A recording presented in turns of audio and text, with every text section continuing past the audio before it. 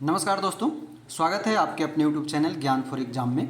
आप लोगों के लिए जो हमने लूसेंट सामान्य ज्ञान का बीपीएससी ग्रुप डी की एग्ज़ाम स्पेशल शुरू किया है, जो कि एक एग्ज़ाम का बूस्टर डोज के रूप में आप लोगों के लिए शुरू किया गया, जिसके तहत हम लोगों ने एक क्लास जो है वो इंडियन ज्योग्राफी से आर्ट्स के पार्ट से लिया था, और अब आपके लिए एक साइंस के पार्ट्स भी हम लेकर आए हैं, जिसमें कि क्लास 1 और वो रहेगा हमारा जीव विज्ञान, जो कि पेज बाय पेज आपको कराए जाएंगे। तो वीडियो को आप लास्ट तक देखा करें और जितना संभव होता है वो हम आपको समझाते हुए कराते हैं। ऐसा नहीं कि वन लाइनर सिर्फ आपको पढ़ते जाते हैं, और ऐसा नहीं, ये पूरा डिटेल है, यानी कि आपको जितना समझ में है वो समझाते हुए आपको चैप्टर बाय चैप्टर कराया जा रहा है। तो वीडियो को पूरा देखा कीजिए, आपको समझ में आएगा कि हाँ, कुछ अलग तरीके से समझाया जा रहा है। तो ज्योग्राफी का पार्ट अगर आपने 1 और 2 नहीं देखा वो भी देख लीजिएगा, लूसेंट जी के बुक का प्लेलिस्ट बना दिया गया उसमें।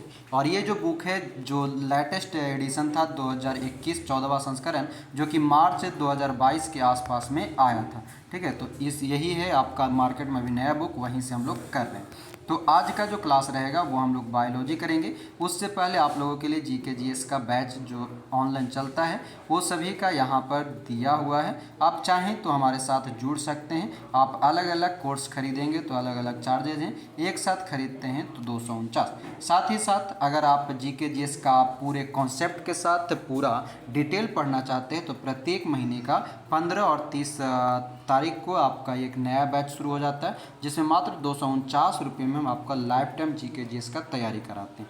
तो यह भी आप ज्वाइन कर सकते हैं। आपको यहाँ पर क्या क्या मिलता है वो यहाँ पर है। एडमिशन शुरू है, आप एडमिशन जब मन करे तब ले सकते हैं, और यहाँ टाइमिंग दिया हुआ है, टाइमिंग देख लेंगे, आपको इसी अनुसार डेली क्लासेज कराए जाते हैं। हम आपका समय इसलिए नहीं ले रहे क्योंकि यहाँ पर जो डिटेल लिखे हैं आप वीडियो पॉज कीजिए और देख लीजिए, पढ़ लीजिए। इस नंबर पे आप अधिक जानकारी ले सकते हैं। बाकी अब आइए चलते हैं अपना जो मेन चैप्टर है जीव विज्ञान की ओर।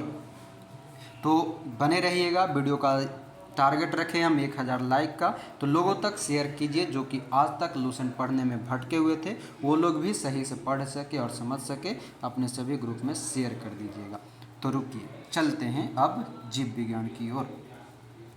आइए देखेंगे जीव विज्ञान, और इसमें ध्यान रखिएगा कुछ अगर चेंज रहेगा तो अपने पास बुक में वहीं पर लिख लीजिएगा, और अगर बुक में नहीं लिखने का जगह रहेगा तो क्या करेंगे, साइड में किसी पेज पर लिख करके बाद में उसको चिपका दीजिएगा गम से। गम मतलब ये ना कि दुखी वाला, GUM वाला, मतलब गोंद, ठीक ना। आइए देखेंगे जीव विज्ञान का जो पॉइंट कहता है। सबसे पहला कहता है कि जीव विज्ञान बायोलॉजी या विज्ञान की वह शाखा है जिसके अंतर्गत जीवधारियों का अध्ययन किया जाता है, यानी कि जीवों के बारे में जो अध्ययन करते हैं वही हमारा क्या कहलाता है, बायोलॉजी या जीव विज्ञान कहलाता है। बायोलॉजी जो है, बायो का अर्थ है जीवन यानी कि लाइफ, और लोगोस का अर्थ होता है अध्ययन यानी कि स्टडी, यानी कि जीवन का अध्ययन ही क्या कहलाता है, बायोलॉजी कहलाता है। ये सब हमसे नहीं पूछता। जो पूछने वाला है वो तीसरा नंबर पॉइंट है कि जीव विज्ञान शब्द का प्रयोग सर्वप्रथम लैमार्क एवं ट्रेविरेनस ने किया है। जीव विज्ञान बायोलॉजी शब्द का प्रयोग जो है वो लैमार्क जो कि फ्रांस का रहने वाला था, और ट्रेविरेनस जो कि जर्मनी का था, ये दोनों ने मिलकर के 1801 ईस्वी में किया था। यहाँ पर देखेंगे जीव विज्ञान की कुछ शाखा है। ये शाखा आपका बॉक्स है, और यानी कि ये बॉक्स जो है ये एक तरह से मैजिक बॉक्स है। यहाँ से आपके अक्सर एक प्रश्न दिखाई देंगे। सबसे पहला है एपीकल्चर, जो कि मधुमक्खी पालन का अध्ययन कहलाता है। सेरीकल्चर के अंतर्गत हम रेशम कीट पालन का अध्ययन करेंगे। पीसी कल्चर मत्स्य पालन का अध्ययन करेंगे। और एक ध्यान रखिएगा, एक कभी कभी पीसी कल्चर जो है, पीसी कल्चर के जगह पर एक इक्थियोलॉजी मिलेगा। तो इक्थियोलॉजी में मछली का अध्ययन किया जाता है, जबकि पीसी कल्चर में मछली कैसे पालते हैं उसका अध्ययन किया जाता है। मतलब समझे, मछली पालने के लिए तालाब में कितना पानी होना चाहिए, मछली को क्या खिलाना चाहिए, वो हम पीसी कल्चर में करते हैं। जबकि मछली का अध्ययन, यानी कि मछली में केगो टांग होता है, मछली में केगो नाक होता है, केगो मुंह होता है, मछली के केगो फेफड़ा होता है, गलफड़ा होता है, और केगो पूंछ होता है, वो ज्ञात करने के लिए जो हम करते हैं उसको हम इक्थियोलॉजी कहते हैं। अक्सर कोई ना कोई पूछते रहते हैं कि सर ये पीसी कल्चर और इक्थियोलॉजी में अंतर क्या है, इसलिए हम समझा दिए। ठीक है, अब आगे से याद रखिएगा। अब आगे कहता है एक माइकोलॉजी। माइकोलॉजी जो है कवक का अध्ययन, और फाइकोलॉजी शैवाल का अध्ययन। इसमें भी अक्सर लोग कन्फ्यूजन होते हैं, और पहले भी कितना बार बताए हैं कि जो लड़की मायके जाएगी, मायके से ससुराल जाने के समय क्या करती है, कवर करती है। तो माइकोलॉजी जो हो जाएगा वो कवक का अध्ययन कहलाएगा, याद रखिएगा। बाकी जब माइको याद रहेगा तो फाइको याद रहेगा, ठीक है। माइको मतलब क्या, जब मायके आई हुई लड़की जब उसको ससुराल जाने का जरूरत पड़े तो वो कवर करती है, काहे कि ससुराल में ज़्यादा काम करना पड़ता है, ठीक। और आगे कहता है फाइकोलॉजी। फाइकोलॉजी किसका, तो शैवाल का अध्ययन है। एंथोलॉजी पुष्प का अध्ययन, पोमोलॉजी फल का अध्ययन, और निथोलॉजी पक्षी का अध्ययन। इक्थियोलॉजी आ ही गया। इक्थियोलॉजी किसको कहते हैं, तो मछली का अध्ययन करते हैं, अभी हमने समझा दिया है। एंटेमोलॉजी कीट का अध्ययन। डेंड्रोलॉजी वृक्ष एवं झाड़ियों का अध्ययन। डेंड्रोलॉजी है, डेंड्रफ नहीं है ये वाला, डेंड्रो है, ठीक है। डेंड्रोलॉजी वृक्ष एवं झाड़ियों का अध्ययन। ऑफियोलॉजी सांप का अध्ययन। ऑफियोलॉजी जो है सांप यानी कि स्नेक, लंबा वाला जो रहता है। ऑफियोलॉजी सांपों का अध्ययन। सोरोलॉजी छिपकली का अध्ययन। सिल्वीकल्चर काष्ठी पेड़ का अध्ययन। सिल्वीकल्चर कभी कभी आपको एगो चांदी दिया रहेगा ऑप्शनों में, ठीक है, तो ऑप्शन में सिल्वीकल्चर मतलब सिल्वर समझ के चांदी नहीं मार देना है, काष्ठीय पेड़ बोला जाता है, उसका अध्ययन कहलाता है काष्ठीय पेड़ों का संवर्धन, सिल्वीकल्चर। हॉर्टिकल्चर उद्यान विज्ञान, और फ्लोरिकल्चर फूलों की खेती के रूप में जाना जाता है। आगे देखिए, कहता है कि जीव विज्ञान का एक क्रमबद्ध ज्ञान के रूप में विकास जो है प्रसिद्ध ग्रीक दार्शनिक अरस्तु, जो कि 384 से 322 बीसी के काल में हुआ, यानी कि जीव विज्ञान का जो क्रमबद्ध ज्ञान प्राप्त हुआ वो अरस्तु ने दिया। उन्होंने ही सर्वप्रथम पौधों एवं जंतुओं के जीवन के विभिन्न पक्षों के विषय में अपने विचार प्रकट किए, इसलिए अरस्तु को हम जीव विज्ञान का जनक, फादर ऑफ बायोलॉजी, और इसे ही हम फादर ऑफ जूलॉजी यानी कि जंतु विज्ञान, जीव विज्ञान और जंतु विज्ञान दोनों का जो पिताजी है वो कौन है, अरस्तु कहलाता है, ठीक है। तो ये सभी हो जाएगा आपका अरस्तु से संबंधित। अब आइए जो हमारा है जीवधारियों का वर्गीकरण। यहाँ पर देखेंगे जीवधारियों के वर्गीकरण से आपको प्रश्न एक किंगडम के बारे में पूछता है, द्वि किंगडम, 5 किंगडम, तो यहाँ से आपका इम्पॉर्टेंट रहेगा। देखेंगे, कहता है कि अरस्तु द्वारा समस्त जीवों को 2 समूहों में विभाजित किया गया। अरस्तु के अंतर्गत समस्त जीवों को 2 भाग में, कौन कौन सा, तो एक जंतु और एक वनस्पति, यानी कि एक एनिमल और एक प्लांट। कहता है कि लिनियस ने भी अपने पुस्तक सिस्टेमा नेचुरी, पुस्तक का नाम याद रखेंगे, उसने भी जीवधारियों को 2 भाग में बांटा, जिसको एक प्लांट किंगडम और एनिमल किंगडम के नाम से जाना। प्रश्न पूछेगा कि द्यू नाम जगत जो है या 2 जगत के बारे में किसने बताया, तो लिनियस ने बताया। अगर लिनियस ऑप्शन में नहीं रहेगा तब आप अरस्तु पर जा सकते हैं। कहता है कि लिनियस ने वर्गीकरण की जो प्रणाली शुरू की उसी से आधुनिक वर्गीकरण प्रणाली की नींव पड़ी, इसलिए लिनियस को हम क्या कहते हैं, आधुनिक वर्गीकरण का पिता यानी कि फादर ऑफ मॉडर्न टैक्सोनॉमी। तो जितना बाप जी मिल रहे हैं वो सब बाप जी को याद रखिएगा। आगे है जीवधारियों का 5 जगत वर्गीकरण, 5 किंगडम क्लासिफिकेशन ऑफ ऑर्गेनिज्म। कहता है कि परंपरागत द्यू जगत वर्गीकरण का स्थान अंततः हिटेकर ने 1969 ईस्वी में प्रस्तावित 5 जगत प्रणाली ने ले लिया। इसके अनुसार समस्त जीवों को 5 जगत में वर्गीकृत किया गया। कौन कौन सा, मोनेरा, प्रोटिस्टा, पादप, कवक और जंतु। आपसे यहाँ से प्रश्न पूछता है कि हिटेकर द्वारा दिए गए उन 5 जगत में से एक कौन नहीं है, तो जो नहीं है उसको हम काहे का याद रखें, जो है उसको याद रखिएगा, मोनेरा, प्रोटिस्टा, पादप, कवक, एनिमेलिया। MP2FA, ठीक है, MP2FA, बाकी उसका शॉर्टकट निकाल लीजिएगा, वो हम अपने ऐसे ही याद रखे थे, MP2FA मतलब M से मोनेरा, P2 से प्रोटिस्टा और पादप, F से कवक और A से एनिमिलिया, तो वैसा है। और ये किसका है, तो हिटेकर का 5 जगत है। आगे आइए, आगे है मोनेरा। मोनेरा कहता है कि इस जगत में सभी प्रोकैरियोटिक जीव अर्थात जीवाणु, साइनोबैक्टीरिया और आर्कीबैक्टीरिया सम्मिलित किए जाते हैं। तंतुमय जीवाणु भी इसी जगत का भाग है। कोशिका भित्ति जो होता है मोनेरा का कठोर होता है, ये याद रख लीजिएगा। मगर आपको याद रखने वाली मोनेरा से जो है वो एक याद रखना है प्रोकैरियोटिक जीव, उसका उदाहरण जीवाणु और साइनोबैक्टीरिया और आर्कीबैक्टीरिया, ये 4 पॉइंट इससे याद रखिए मोनेरा से। अगला आता है हमारा प्रोटिस्टा। प्रोटिस्टा कहता है कि इस जगत की में विविध प्रकार के एक कोशिकीय यानी कि जो एक कोशिका का बना हो, एक्यूटिक यानी कि जलीय हो, और जो जलीय होता है वो यूकैरियोटिक होता है। पादप एवं जंतु के बीच में स्थित युगलीना जो है ये याद रखेंगे। पादप और जंतु के बीच में कौन स्थित है? तो युगलीना, जो कि प्रोटिस्टा का भाग है। यह दो प्रकार की जीवन पद्धति प्रदर्शित करती है, सूर्य के प्रकाश में स्वपोषित और प्रकाश के अभाव में इतर पोषित। इसके अंतर्गत साधारणतः प्रोटोजुआ आता है। प्रोटिस्टा के अंतर्गत प्रोटोजुआ। तीसरा है पादप यानी कि प्लांटी। इस जगत में प्रायः सभी रंगीन बहुकोशिकीय प्रकाश संश्लेषी उत्पादक जीव जंतु सम्मिलित है। इसका उदाहरण याद रखिए, शैवाल, मॉस, पुष्पीय तथा पुष्पीय बीजीय पौधा पादप के अंतर्गत आते हैं। कवक यानी कि फंगी। इस जगत में वो यूकैरियोटिक तथा परपोषित जीवधारी सम्मिलित किए गए हैं जिनमें अवशोषण द्वारा पोषण होता है। लाइन याद रखेंगे। वह कौन सा किंगडम है जिसके अंतर्गत पोषण विधि अवशोषण है? तो याद रखना है अवशोषण के माध्यम से पोषण कवक के अंतर्गत होता है।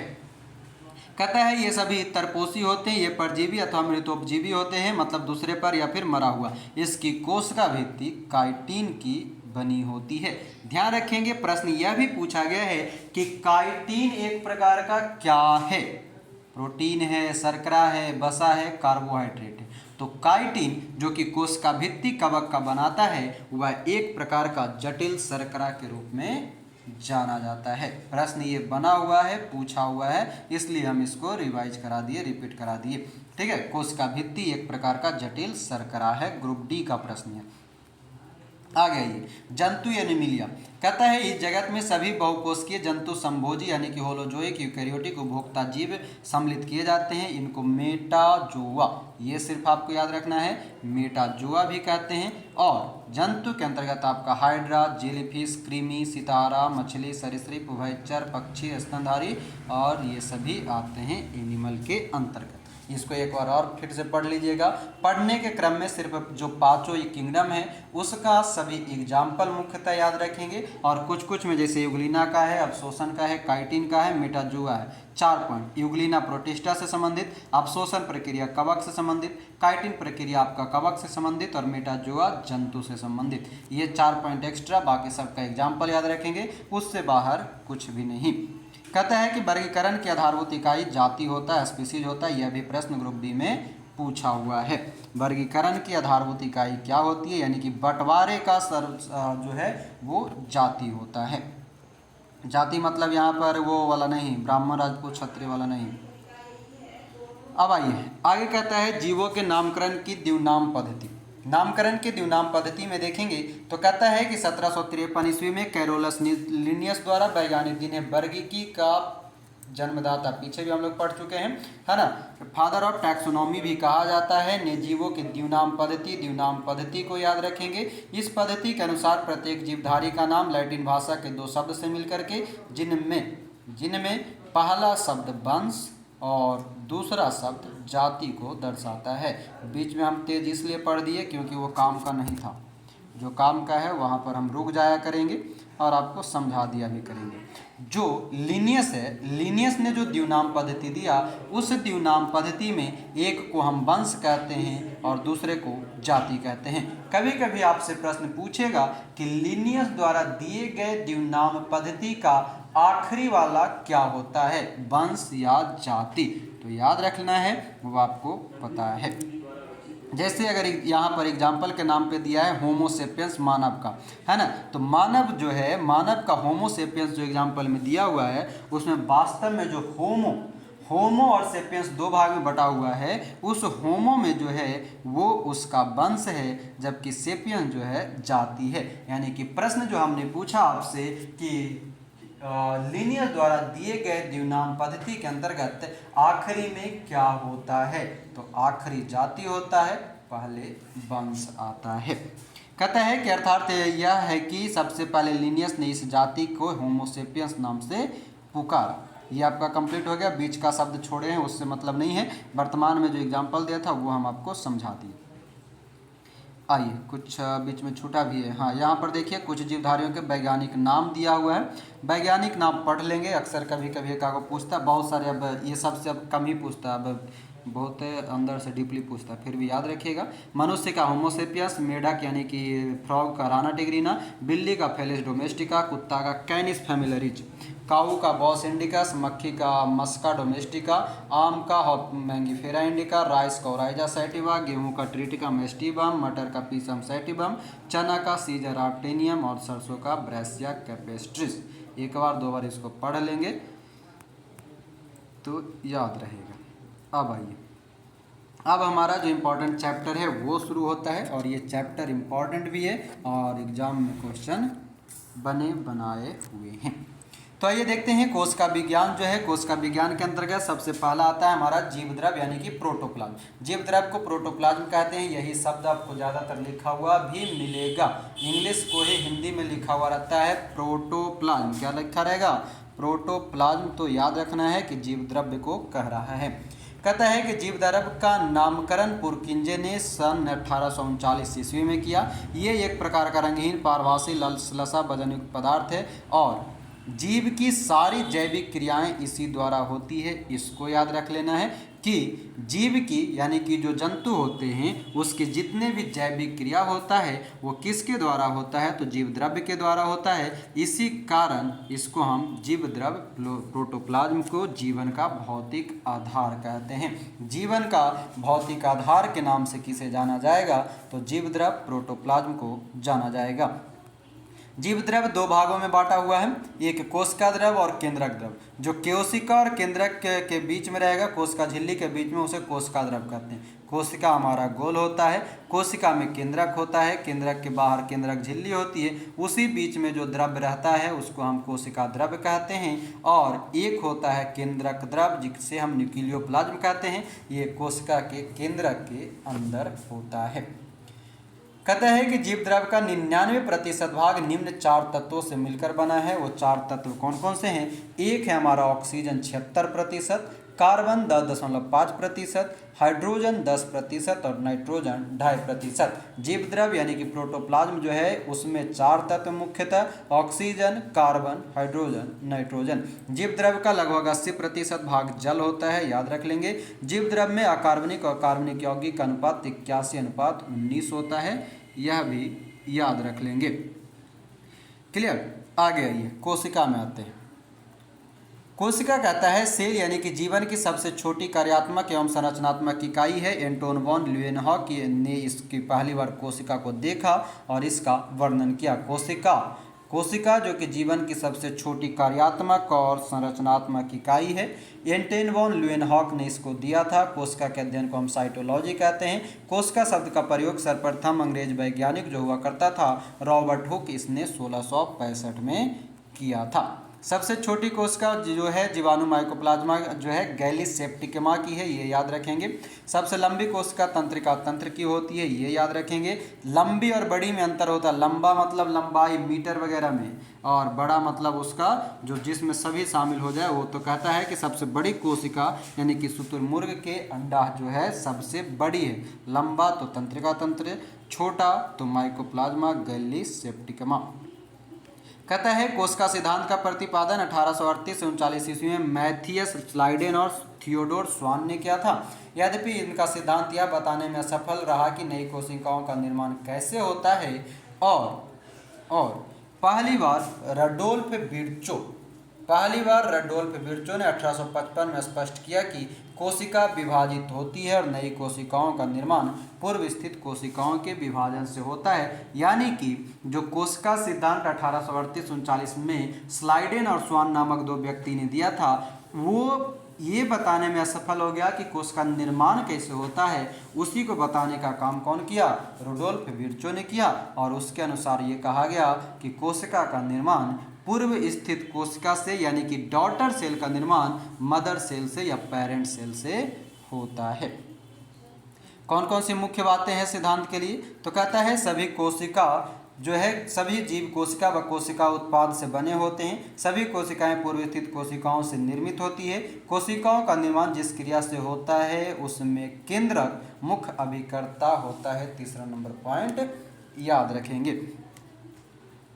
अब आगे कहता है कोशिका दो प्रकार की होती है, प्रोकैरियोटिक और यूकैरियोटिक। इसको शॉर्टकट में समझ लीजिए, इसमें ज़्यादा कुछ नहीं दिमाग लगाना है। प्रोकैरियोटिक जिसमें हिस्टोन प्रोटीन नहीं होता है, पहला पॉइंट। प्रोकैरियोटिक वैसा कोशिका जिसमें हिस्टोन प्रोटीन नहीं होता है, क्रोमैटिन नहीं होता है। दोनों पॉइंट आपको याद रखना है, बाकी ज़्यादा दिमाग नहीं लगाना है कि प्रोकैरियोटिक किसको कहते हैं, यूकैरियोटिक किसको कहते हैं, वो पीएचडी करने के लिए काम आएगा। पहला क्या बोले हम, प्रोकैरियोटिक कोशिका जिसमें हिस्टोन भी नहीं होगा, क्रोमैटिन भी नहीं होगा, केवल डीएनए का सूत्र ही गुणसूत्र के रूप में पड़ा रहता है और अन्य कोई आवरण इसे नहीं घेरता है। यानी कि प्रोकैरियोटिक कोशिका में केवल डीएनए होता है। कहता है केंद्रक नाम की कोई विकसित कोशिकांग इसमें नहीं होता है। यानी कि कहने का अर्थ यह है कि प्रोकैरियोटिक सेल में क्या नहीं होता है, तो केंद्रक नहीं होता है। जीवाणु एवं नीलहरित शैवाल में प्रोकैरियोटिक कोशिका के रूप में जाना जाता है। अगर हम प्रोकैरियोटिक कोशिका से प्रश्न बनाएं तो सबसे पहला हिस्टोन प्रोटीन नहीं पाया जाएगा, क्रोमैटिन नहीं पाया जाएगा, केंद्रक नहीं पाया जाएगा, उदाहरण स्वरूप जीवाणु और नीलहरित शैवाल, बाकी कुछ नहीं। और एक डीएनए, केवल क्या होता है, डीएनए का सूत्र ही गुणसूत्र के रूप में रहता है, अन्यथा कुछ नहीं।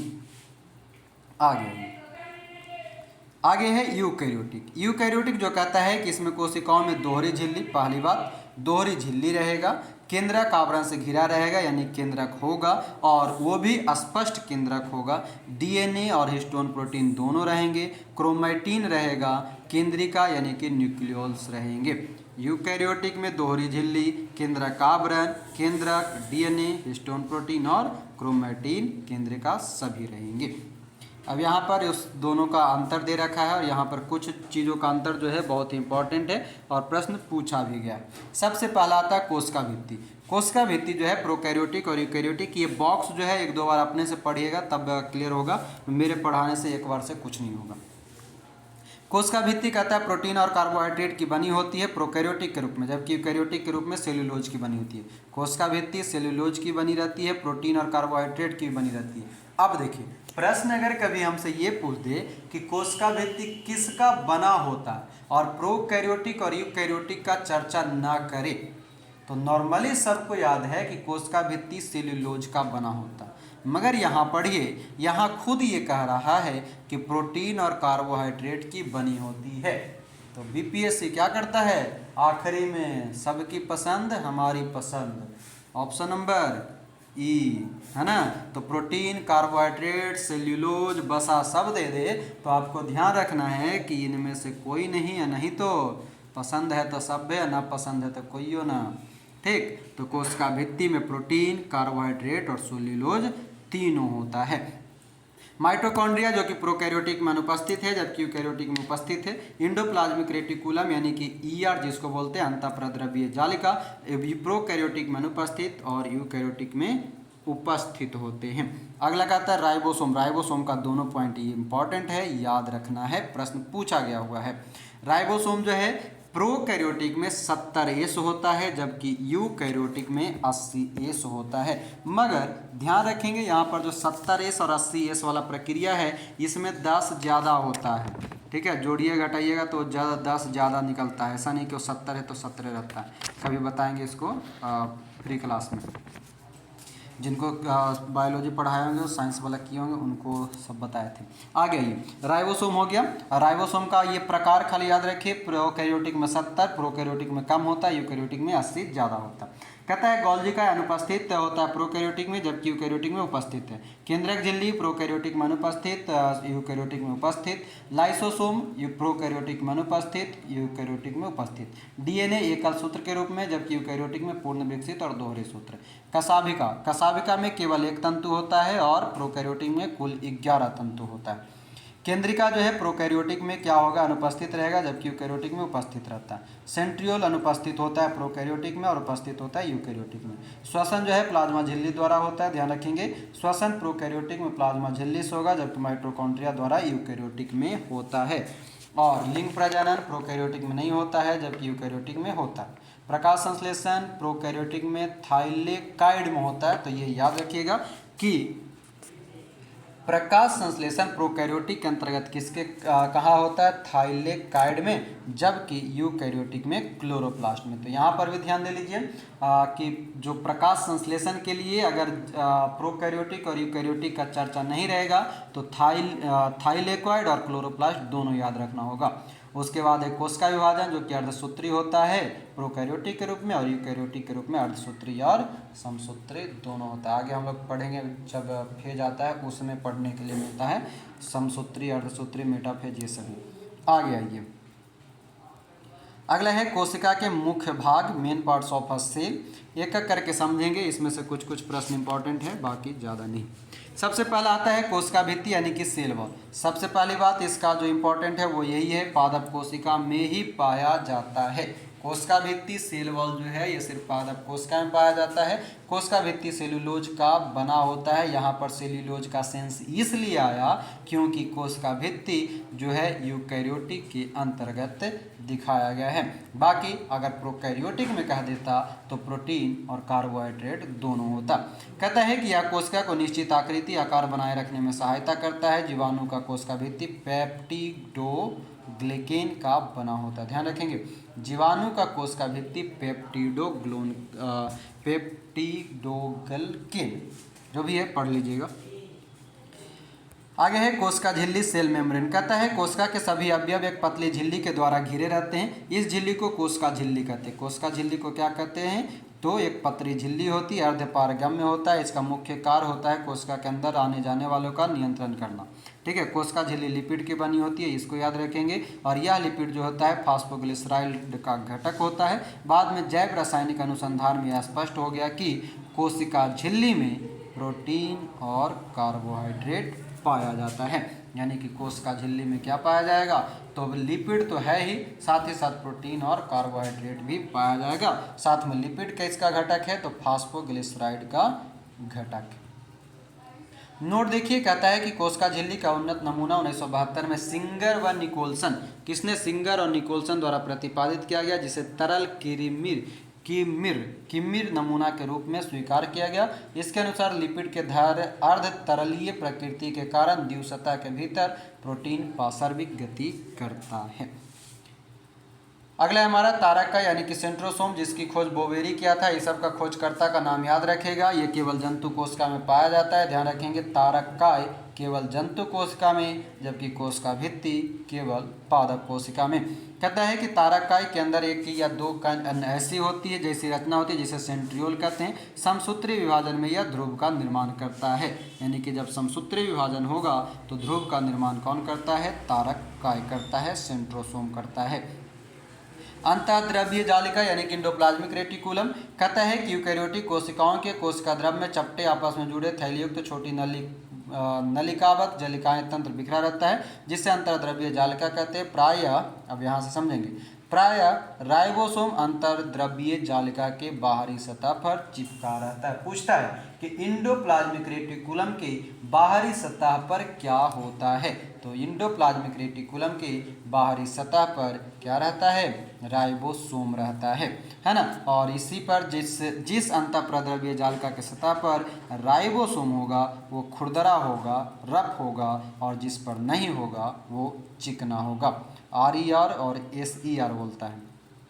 आगे ये कहता है कि जो कोशिकाएं प्रोटीन संश्लेषण एवं स्रवण में सक्रिय लेती है उनमें खुरदरी अंतःप्रद्रव्यीय जालिका होती है, और चिकनी अंतःप्रद्रव्यीय जालिका में लिपिड संश्लेषण के मुख्य स्थल है। लिपिड की भांति स्टेरॉयड हार्मोन चिकनी अंतःप्रद्रव्यीय जालिका में ही रहते हैं। ध्यान रख लेंगे, यहाँ पर एक दो प्रश्न है इंपॉर्टेंट।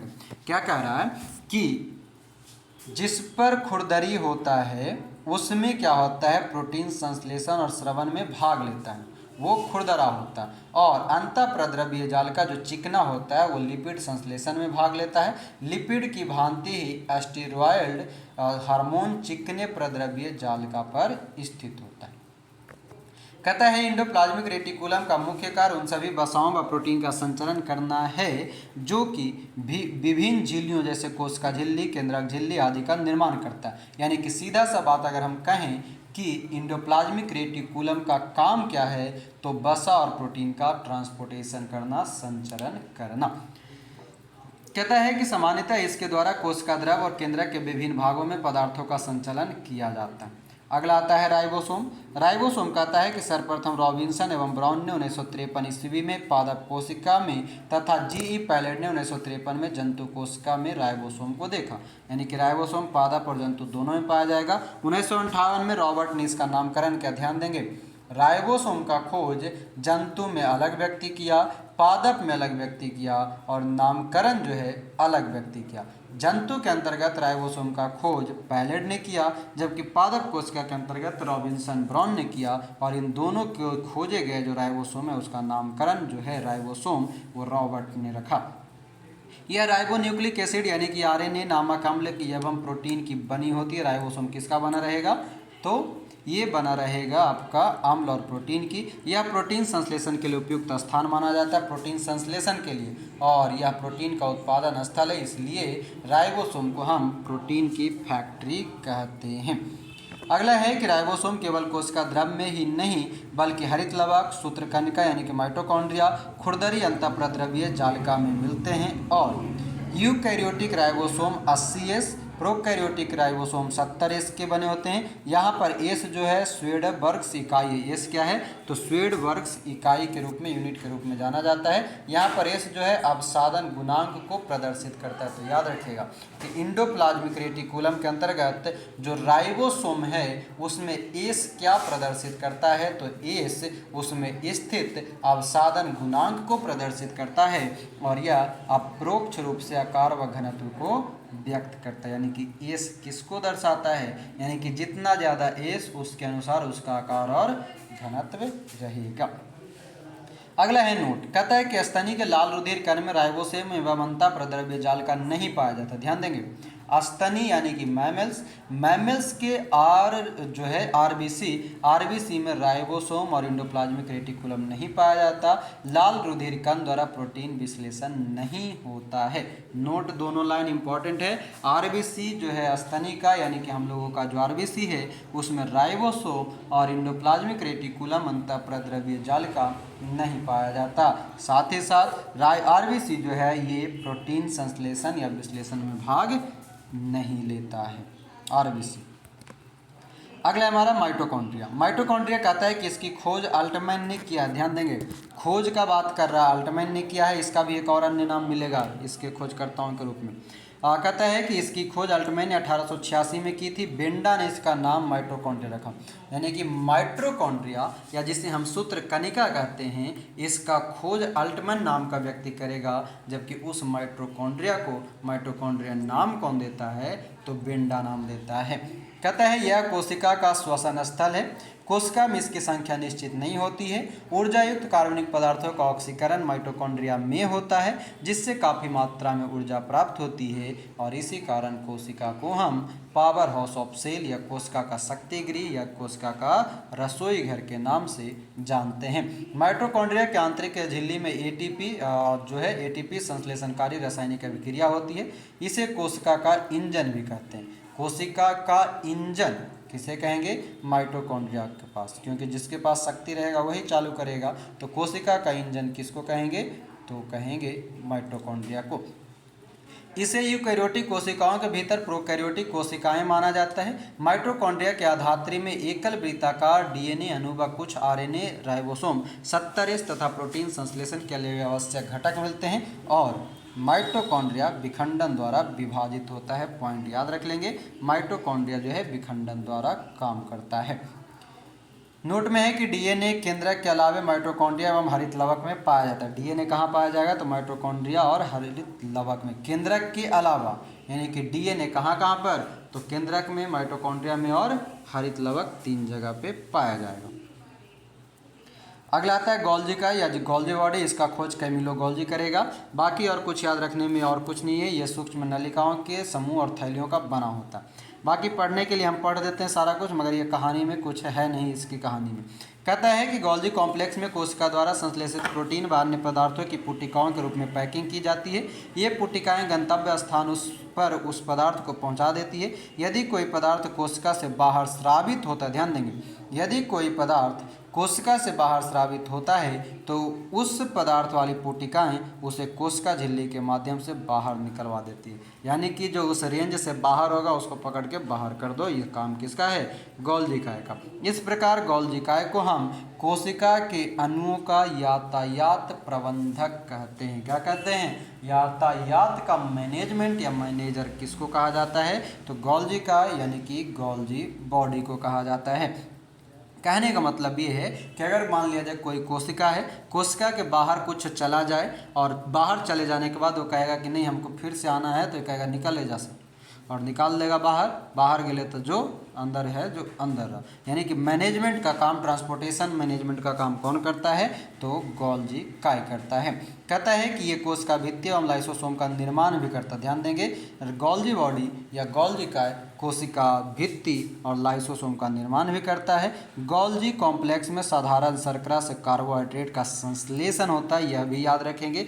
गोल्जी बॉडी या गोल्जी कॉम्प्लेक्स में साधारण शर्करा, सिंपल जो शुगर होता है, उससे कार्बोहाइड्रेट का संश्लेषण होता है, जो राइबोसोम में निर्मित प्रोटीन से मिलकर ग्लाइकोप्रोटीन बनाता है। यानी कि ग्लाइकोप्रोटीन जो है वो कैसे बनेगा? तो गोल्जी का या गोल्जी बॉडी और राइबोसोम के प्रोटीन दोनों मिलेंगे तब बनेंगे। याद रहेगा, शर्करा से कार्बोहाइड्रेट जाएगा, कार्बोहाइड्रेट जो यहाँ से निकल के जाएगा वो राइबोसोम में जाएगा, राइबोसोम में प्रोटीन से मिलेगा और मिलने के बाद वही जो गोल्जी बॉडी का कार्बोहाइड्रेट है वो ग्लाइकोप्रोटीन के नाम से जाना जाएगा। और गोल्जी काय जो है ग्लाइकोलिपिड का भी निर्माण करता है। गोल्जी काय ग्लाइकोलिपिड का निर्माण करेगा और वही गोल्जी काय का कार्बोहाइड्रेट जब राइबोसोम में चला जाएगा तो ग्लाइकोप्रोटीन बनाएगा। अगला आता है लाइसोसोम। लाइसोसोम कहता है इसका खोज डी डुबे करेगा और ये सूक्ष्म गोल इकाई झिल्ली से घिरी थैली जैसी रचना होती है। इसका निर्माण संवेष्टन विधि द्वारा गोल्जी काय में होता है। लाइसोसोम का निर्माण कहाँ होगा? तो गोल्जी बॉडी या गोल्जी काय में होगा। लाइसोसोम में सभी प्रकार के जल अपघटीय एंजाइम जैसे हाइड्रोलेजेज और क्या कहता है हाइड्रोलेजेज, लाइपेजेज, प्रोटेजेज, कार्बोडाइजेज मिलते हैं, जो अम्लीय परिस्थितियों में सर्वाधिक सक्रिय होता है। एक और फिर से इसको समझिएगा, क्या कह रहा है कि लाइसोसोम जो है इसके अंतर्गत सभी प्रकार के जल अपघटीय एंजाइम, यानी कि यहाँ से आपको एक प्रश्न निकाल लेना है क्या कि सभी प्रकार के जल अपघटीय एंजाइम जो है ये कहाँ पर बनता है? तो लाइसोसोम में बनता है। कहाँ पर? लाइसोसोम में। और कौन कौन सा? तो हाइड्रोलेजेज, लाइपेज, प्रोटोएज, कार्बोहाइड्रेज, आखिरी में जेज लगाया हुआ है उसको छोड़ दिए हम। हाइड्रोलेज, लाइपेज, प्रोटोएज और कार्बोडाइएज, ये सभी जो मिलता है जो अम्लीय परिस्थितियों में सर्वाधिक सक्रिय होता है। ये enzyme carbohydrate, protein, lipid, nucleic अम्ल आदि के पाचन में सक्षम होता है। इसलिए लाइसोसोम को हम क्या कहते हैं? आत्मघाती थैली या सुसाइडल बैग कहा जाता है या सुसाइड वेसिकल भी कहा जाता है। आगे कहता है नोट में कि स्तनधारियों ने लाल रक्त कणिकाओं में लाइसोसोम नहीं पाया जाता। स्तनधारियों के लाल रक्त जो होता है उसमें लाइसोसोम नहीं पाया जाता है। अगला आता है हमारा 9 नंबर लवक यानी कि प्लास्टिड। प्लास्टिड में ध्यान दीजिएगा 3 तरह के प्लास्टिड मिलेगा और तीनों से प्रश्न पूछे जाते हैं। पहला कहता है यानी कि लवक कहता है कि यह केवल पादप कोशिका में, ध्यान रखेंगे कोशिका भित्ति, लवक, ये दोनों किस में पाया जाएगा? पादप कोशिका में पाया जाएगा। आगे आइए, जबकि सेंट्रोसोम जो था वो केवल किस में था? जल्दी से बताइए तो, सोचिए तो। सेंट्रोसोम पादप की जंतु, सोचिए जल्दी।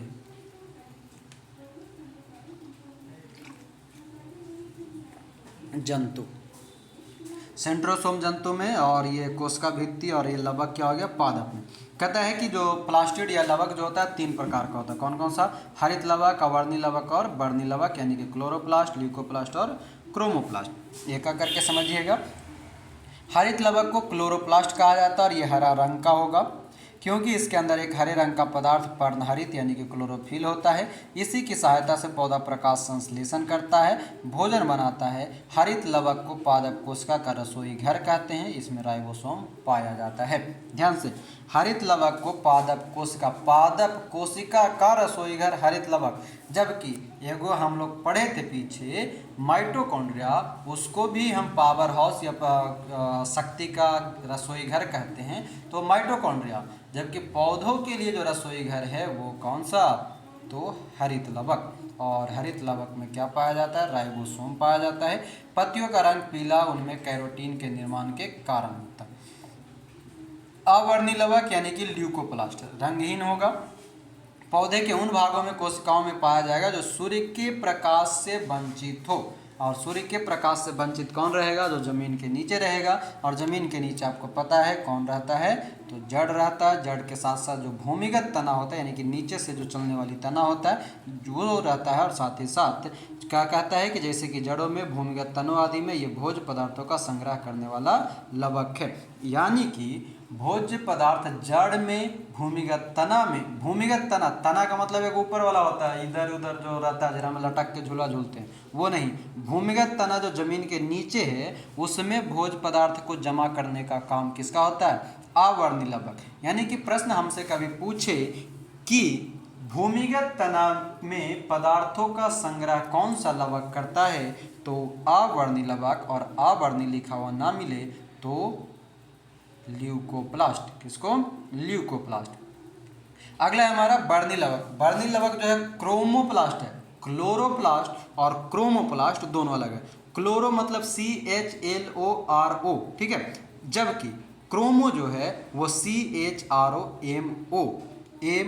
तो क्रोमो को कभी क्लोरो मत पढ़िएगा, क्योंकि क्लोरोप्लास्ट से ज़्यादातर प्रश्न पूछते रहता है और इस कारण से जल्दी में पढ़ने के रहेगा कुछ, पढ़ दीजिएगा कुछ, हो जाएगा कुछ।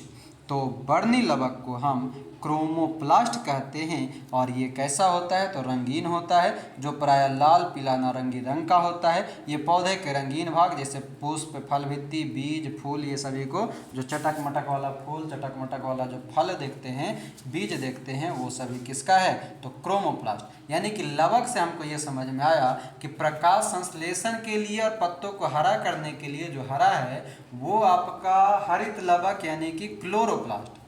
जो जड़ है, भूमिगत तना है, उसके लिए ल्यूकोप्लास्ट यानी कि जो रंगहीन हो, जिसका कोई रंग ना हो। और जो कलर फूल वाला रहेगा, फूल ये वो फलाना ढिकाना जो रंगीन दिखे, वो सभी क्रोमोप्लास्ट कहलाता है। अब देखिए यहाँ पर दिया है कि वर्णी लवक के अन्य उदाहरण, टमाटर में लाइकोपेन, गाजर में कैरोटीन, चुकंदर में बीटानिन। तो यहाँ पर अन्य उदाहरण दिया है, मगर आपको उदाहरण याद रखना है। टमाटर में कैसा, तो लाइकोपेन, गाजर में कैरोटीन, चुकंदर में बीटानिन। वनस्पति को पराबैंगनी किरणों के दुष्प्रभाव से बचाने वाला वर्णन फाइकोसाइनिन है। क्या है, वनस्पतियों को प्रकाश का जो पराबैंगनी किरणें हैं, जैसे हम लोगों के लिए ओजोन मंडल है, ओजोन परत है, उसी तरह से वनस्पतियों को बचाने के लिए भी कौन सा है, एक वर्णन है फाइकोसाइनिन। ठीक है, अगर कभी यही पूछ दे कि जो पराबैंगनी किरण जो जिस तरह से मानव को ओजोन परत बचाता है, वनस्पतियों को, पेड़ पौधों को कौन बचाता है, तो फाइकोसाइनिन बचाता है। रसधानी यानी कि वैक्यूल्स कहता है यह कोशिका की निर्जीव रचना है। इसमें तरल पदार्थ भरी रहती है। जंतु कोशिका में अनेक व बहुत छोटी होती है, परंतु पादप कोशिका में यह कोशिका का 90% स्थान खोजता है। यानी कि रसधानी जो है जंतु कोशिका में बहुत कम पाया जाता है, जबकि पादप कोशिकाओं में मुख्यतः पाया जाता है। रसघानी एकल झिल्ली में निवृत्त होती है, जिसे टोनोप्लास्ट कहते हैं। अमीबा में संकुचनशील रसघानी उत्सर्जन के लिए महत्वपूर्ण है। रसधानी या रसघानी जो भी है, रसधानी, ये रसघानी लिखा है। रसधानी जो है वो उत्सर्जन यानी कि अमीबा में जो उत्सर्जन क्रिया होता है वो किससे होता है, तो रसधानी से होता है, यानी कि वैक्यूल से होता है। केंद्रक यानी कि न्यूक्लियस, रॉबर्ट ब्राउन, ध्यान रखिएगा, रॉबर्ट ब्राउन और रॉबर्ट हुक जो कि कोशिका का खोज करेगा, जबकि रॉबर्ट ब्राउन केंद्रक का खोज करता है। यह कोशिका का सबसे प्रमुख अंग होता है। यह कोशिका के प्रबंधन का काम करता है। मैनेजर होता है कौन, केंद्रक। केंद्रक के द्रव्य में धागेनुमा पदार्थ जाल के रूप में बिखरा पड़ा होता है, जिसे क्रोमैटिन कहते हैं। यानी कि केंद्रक में पाए जाने वाले धागेनुमा जो दिखाई देता है वो जाल क्रोमैटिन कहलाता है। और क्रोमेटिन नाम फ्लेमिंग ने दिया। ध्यान रखेंगे, फ्लेमिंग। क्रोमेटिन नाम जो है, जो केंद्रक में पाया जाता है, उसका नाम फ्लेमिंग ने दिया। यह प्रोटीन हिस्टोन व डीएनए का बना होता है। कोशिका विभाजन के समय क्रोमेटिन सिकुड़ कर अनेक छोटे धागे के रूप में संगठित हो जाता है। इन धागों को गुणसूत्र कहा जाता है, यानी कि केंद्रक के अंतर्गत गुणसूत्र होगा। प्रत्येक जाति के जीवधारियों में सभी कोशिकाओं के गुणसूत्र की संख्या निश्चित होती है, जैसे मानव में 23, चिंपांजी में 24 और बंदर में 21। जोड़ा मतलब पेयर, ठीक है। और इसी का अगर ऐसे जो भी कहेगा तो उसका दुगना कह दीजिएगा। संख्या में बोलेगा तो दुगना, पेयर में बोलेगा तो जो रहेगा जिसका जो। आगे कहता है कि प्रत्येक गुणसूत्र में जेली के समान एक गाढ़ा भाग होता है, जिसे मैट्रिक्स कहते हैं। मैट्रिक्स में दो परस्पर लिपटे महीन एवं कुंडलित सूत्र दिखाई देता है, जिसे क्रोमोनीमाटा कहते हैं। प्रत्येक क्रोमोनीमाटा एक अर्ध गुणसूत्र कहलाता है। इसको खाली याद रखिएगा, प्रत्येक क्रोमोनीमाटा एक क्या होता है, अर्ध गुणसूत्र, क्रोमैटिड कहलाता है। इस प्रकार प्रत्येक गुणसूत्र 2 क्रोमैटिड का बना होता है। ये इंपॉर्टेंट है। प्रत्येक गुणसूत्र में कितने क्रोमैटिड होगा, तो 2 क्रोमैटिड पाए जाते हैं। दोनों क्रोमैटिड एक निश्चित स्थान पर एक दूसरे से जुड़े होते हैं, सेंट्रोमियर कहते हैं। सेंट्रोमियर से प्रश्न पूछा हुआ है। याद रखेंगे कि जब दोनों क्रोमैटिड एक जगह मिलता है या फिर गुणसूत्र का वो जो आखिरी वाला ऊपरी वाला हिस्सा होता है, वो सेंट्रोमियर के नाम से जाना जाता है। कहता है कि गुणसूत्रों पर बहुत से जीन स्थित होते हैं, जो एक पीढ़ी से दूसरी पीढ़ी के लक्षणों का हस्तांतरित करता है। यानी कि ये डायरेक्टली इनडायरेक्टली कह दिया कि गुणसूत्र का काम क्या है, तो वो लक्षण को ले जाता है, जीन को एक पीढ़ी से दूसरे पीढ़ी तक ले जाता है और हमारे आनुवंशिक गुणों के लिए उत्तरदायी होता है। चूँकि ये जीन गुणसूत्र पर स्थित होते हैं एवं गुणसूत्र के माध्यम से ही पीढ़ी दर पीढ़ी हस्तांतरित होता है, इसलिए गुणसूत्र को वंशागति का वाहक कहा जाता है। यानी कि आप किस वंश से संबंध रखते हैं, उसकी जानकारी आपको गुणसूत्र से लगेगा। क्रोमैटिन के अलावा केंद्रक में एक सघन घोल संरचनाएं दिखाई पड़ती है, जिसे हम केंद्रिका कहते हैं। क्रोमैटिन के अलावा केंद्रक के समान ही एक रचना होता है, जिसे केंद्रिका, न्यूक्लियोल्स कहते हैं। केंद्रिका और केंद्रक दोनों अलग अलग चीज़ है, यह भी याद रखेंगे। और कहता है इसमें राइबोसोम के लिए आरएनए का संश्लेषण होता है, किसमें, क्रोमैटिड में, ठीक है। केंद्रिका जो है न्यूक्लियस में क्या होता है कि राइबोसोम के लिए आरएनए यानी कि राइबोन्यूक्लिक एसिड का संश्लेषण होता है। अब यहाँ पर जो दिया है डीएनए और आरएनए की संरचना, इसमें से हम आपको डायरेक्टली समझा देते हैं, इसके पागलपंती पे नहीं फंसना है, समझिएगा इसको।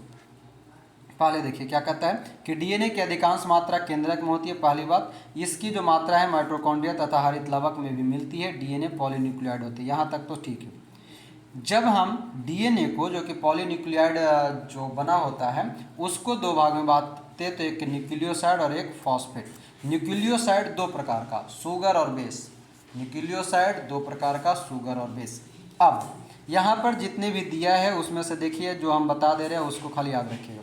क्षार यानी कि बेस जो दिया है, पहला एक प्रश्न आपसे पूछेगा कि डीएनए में कितने बेस होते हैं, तो पहला तो कि संख्या के आधार पर 4, और ये चारों का नाम याद रखिएगा। चारों का नाम से आपको डीएनए और आरएनए में अंतर निकालने के लिए बोलेगा।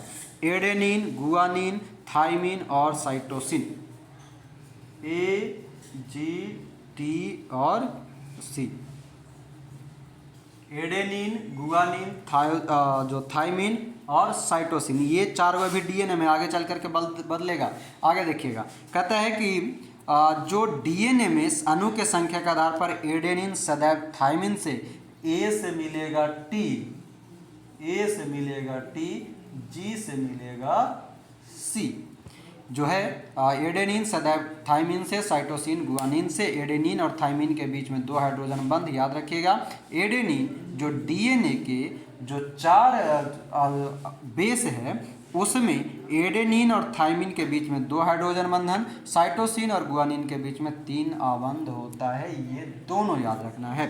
एडेनिन और थाइमिन के बीच में 2 आबंध और गुआनिन और साइटोसिन के बीच में 3 आबंध होता है। ये पूरा पॉइंट ये इसका याद रखेगा डीएनए वाला। ये चारों पहला तो कि नाम याद रखना, एडेनिन, गुआनिन, थाइमिन और साइटोसिन। आगे जब आरएनए पढ़ेंगे तो उसमें एक नया नाम मिलेगा और वही पूछता है कि ये किसके स्थान पर, डीएनए के किसके स्थान पर ये आता है। आरएनए का नाम आएगा आपका यूरासिल। ठीक है, आरएनए पढ़ते हैं अभी आगे तो उसमें मिलना चाहिए यूरासिल या यूरेसिल करके आएगा। आगे ये देखिए क्या कहता है। कहता है कि 1953 ईस्वी में जेडी वाटसन एवं क्रिक ने डीएनए की द्विकुंडित संरचना मॉडल यानी कि डबल हेलिक्स मॉडल प्रतिपादित किया और इसने ये 1962 में, इसलिए इसको नोबेल पुरस्कार मिला था। किसको? वाटसन और क्रिक को डीएनए की कुंडलित मॉडल के लिए 1962 में नोबेल पुरस्कार मिला। डीएनए का काम क्या है? तो ये सभी अनुवांशिक क्रियाओं का संचालन करता है। जीन इसकी इकाई, ध्यान रखेंगे डीएनए के लिए यानी कि अनुवांशिकता के लिए इकाई कौन सा है? जीन है। और प्रोटीन संश्लेषण को नियंत्रित करता है। प्रोटीन संश्लेषण को नियंत्रित कौन कर रहा है? तो डीएनए कर रहा है। प्रोटीन का निर्माण कहाँ हो रहा था? प्रोटीन के निर्माण कहाँ हो रहा था? जल्दी से बताइए तो। प्रोटीन की फैक्ट्री किसको कर रहे थे? राइबोसोम। हाँ, प्रोटीन का फैक्ट्री राइबोसोम। और प्रोटीन को नियंत्रित मतलब अरे जैसे कि अब राइबोसोम जो है वो भंडारा है, ठीक है, हलवाई है, खाना बनाता है। अब अगर उसको कितना बनाना है, 400 आदमी के बनाना है कि 100 आदमी के बनाना है, उसको नियंत्रण कौन करेगा? तो डीएनए करेगा। डीएनए मतलब डंटा, और जो हलवाई रहेगा उसके सामने खड़ा रहेगा डीएनए डंटा लेके। काहे? तो 400 आदमी के खाना बनाना है तो 600 के काहे बना रहा है, ठीक ना? बाकी 200 आदमी तो ससुराल से तो कि जे बोल के डीएनए उसको नियंत्रित करेगा। तो डीएनए मतलब डंटा, डंटा मतलब प्रोटीन को नियंत्रण करेगा। आगे कहता है प्रयोगशाला में सर्वप्रथम डीएनए का संश्लेषण हरगोविंद खुराना ने किया। ध्यान देंगे, डीएनए का संश्लेषण की बात करेगा तो हरगोविंद खुराना। डीएनए के डबल हेलिक्स मॉडल देगा तो Watson Crick. Double helix model देखे होंगे, फेयर लवली वाला जो पाउच आता है उसको देखे हैं? फेयर लवली के पाउच में आपको ऐसा ऐसा एक सांप जैसा बना हुआ रहता है, इस तरह से ऐसे वाला, ठीक है। फेयर लवली लगाइए और गोरा हो जाइए, वही है डीएनए का डबल हेलिक्स मॉडल। आगे आइए, अगला आता है आरएनए ट्रांसक्रिप्शन। कहता है डीएनए से ही आरएनए का संश्लेषण होता है। पहला पॉइंट याद रखना है। इस क्रिया में डीएनए की एक श्रृंखला पर आरएनए की न्यूक्लियोइड आकर जुड़ जाती है। इस प्रकार एक अस्थायी डीएनए आरएनए का हाइब्रिड तैयार हो जाता है, संकर तैयार हो जाता है। इसमें नाइट्रोजन बेस थाइमीन के स्थान पर यूरासिल आता है। अभी हमने बताया था कि जो डीएनए है उसमें adenine, guanine, thymine, cytosine. DNA में ये किसका पार्ट है? डीएनए में एडेनिन, गुआनिन, थाइमिन और साइटोसिन। जबकि जब आरएनए आ जाता है तो आरएनए में थाइमिन के जगह पे क्या आ जाता है? यूरासिल आ जाता है। और यही आपसे हमसे प्रश्न पूछता है। और यूरासिल क्या है? तो नाइट्रोजनी बेस है। क्या है? नाइट्रोजन। प्रश्न हमसे पूछता है कि डीएनए और आरएनए के जो क्षार होता है उसमें क्या अंतर है। पहला तो ये पूछेगा या कौन सा भिन्न है, तो बाकी तीन समान रहेंगे, एडेनिन, गुआनिन और साइटोसिन। जबकि थाइमिन जो है डीएनए में होता है और डीएनए का थाइमिन ही आरएनए का यूरासिल के बराबर है। याद रहेगा? याद रखेंगे। और कुछ समय बाद आरएनए की समजात श्रृंखला अलग हो जाती है। ये प्रश्न बिल्कुल हमेशा के लिए याद रखिएगा। टी जो है यू से मिलेगा, ठीक है, बाकी सब कुछ समान रहेगा। और टी यू ना याद रहता है तो तू लिख आता है ना, टी यू मतलब तू हमार समान है, ठीक ना। टी मतलब थाइमिन, यू मतलब यूरासिल। आगे आइए, आगे कहता है आरएनए 3 प्रकार के होते हैं। होने दीजिए, कौन कौन सा है? आरआरएनए, टीआरएनए और एमआरएनए। तीनों का नाम याद पहले तो रखिएगा, राइबोसोमल, ट्रांसफर और मैसेंजर। देखिए आरआरएनए क्या कहता है कि राइबोसोम पर लगे होते हैं, प्रोटीन संश्लेषण में सहायता करता है। आरआरएनए जो है राइबोसोमल जो है प्रोटीन को बनाएगा। टीआरएनए क्या करेगा कि प्रोटीन संश्लेषण में विभिन्न प्रकार के अमीनो अम्ल को राइबोसोम पर लाता है जहां पर प्रोटीन बनता है। मतलब टी मतलब ट्रांसफर, ट्रांसफर मतलब ट्रांसफर एक जगह से दूसरा जगह। तो किसको ला रहा है? तो अमीनो अम्ल को। याद क्या रखना है हमको कि टी आर एन ए जो है ट्रांसफर आर एन ए वो प्रोटीन संश्लेषण के लिए कहाँ पर राइबोसोम में प्रोटीन का संश्लेषण होता है। तो प्रोटीन का संश्लेषण के लिए राइबोसोम में अमीनो अम्ल को प्रोटीन संश्लेषण के लिए कौन सहायक है? प्रोटीन संश्लेषण के लिए सहायक जो होता है उसको हम क्या कहते हैं? तो वह है हमारा राइबोसोम।